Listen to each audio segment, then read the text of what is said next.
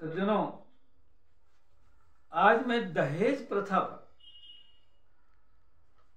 विचार व्यक्त करने जा रहा हूं। आज जो है पूरे समाज में इतना ज्यादा विकराल रूप धारण कर रहा है, तो मैं आज कविता के माध्यम से पूरा दहेज पर प्रकाश डालूंगा। कितना भयंकर है, आपको सुनकर ही आपके रोंगटे खड़े हो जाएंगे।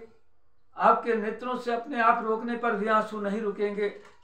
ऐसा दृश्य देख करके बहुत ही अभिशाप बना हुआ है समाज में, अतः इस पर आप गौर करें।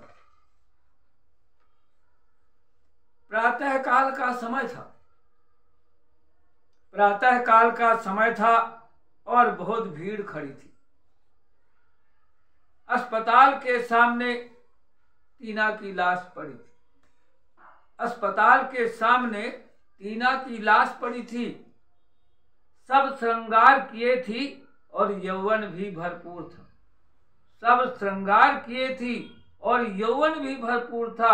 हाथ में कंगन और केसों में जूड़ा जड़ा था। हाथ में कंगन और केसों में जूड़ा जड़ा था। नाक में नथुनी और पैर में बिछुआ पड़ा था। नाक में नथुनी और पैर में बिछुआ पड़ा था। गले में हार और कानों में कुंडल लहरा रहा था।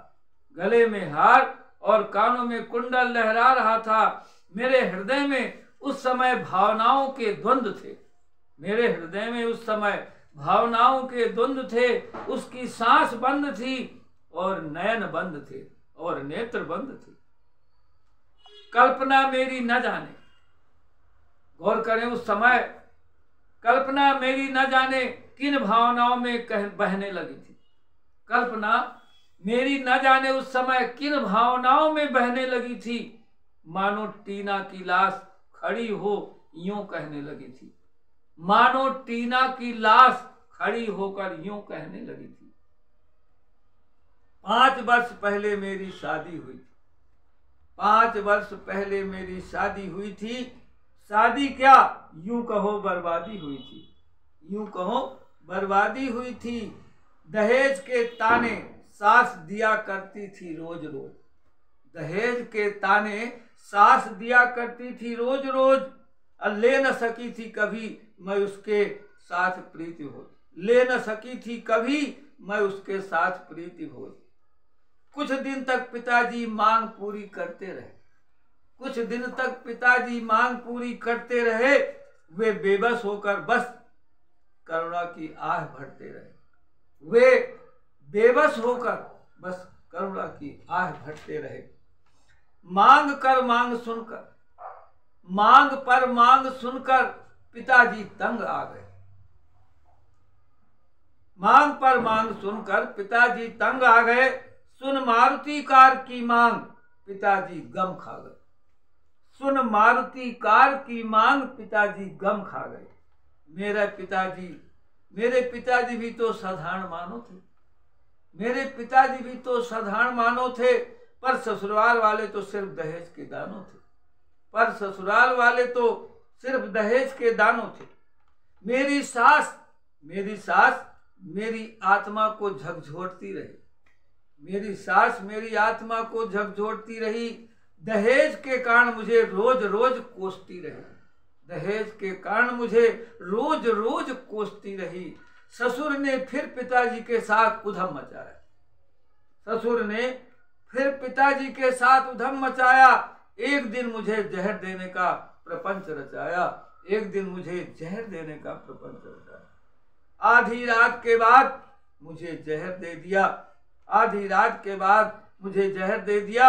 मुझे मारकर क्या उन्होंने दहेज ले लिया? मुझे मारकर क्या उन्होंने दहेज ले लिया? नहीं। फिर मुझे मेरा ससुर मुझे अस्पताल ले आया। फिर मेरा ससुर मुझे अस्पताल ले आया। मेरी हत्या का मामला ससुर ने आत्महत्या बताया। मेरी हत्या का मामला ससुर ने आत्महत्या बताया। सुनकर ये कहानी टीना की लाश से, सुनकर ये कहानी टीना की लाश से मेरे आंखों से आंसू आ गए। अपने आप से मेरी आंखों से आंसू आ गए। अपने आप से न जाने कितनी ही तीनाएं, न जाने कितनी तीनाएं इस तरह सताई जाती हैं। न जाने देश में कितनी तीनाएं इस तरह सताई जाती हैं, कोई जहर से तो कोई घर में जलाई जाती है, कोई जहर से तो कोई घर में जलाई जाती हैं। यहाँ तक कि मैं कहूँ कि लाखों घर बर्बाद हो गए, लाखों घर बर्बाद हो गए इस दहेज की बोली में। अर्थी चढ़ी हजारों कन्या, अर्थी चढ़ी हजारों कन्या, बैठ न पाई डोली में, बैठ न पाई डोली में। दहेज का जहरीला नाक, मैं तो यही कहूंगा कि दहेज का जहरीला नाक हम सबको न डस जाए, हम सबको न डस जाए।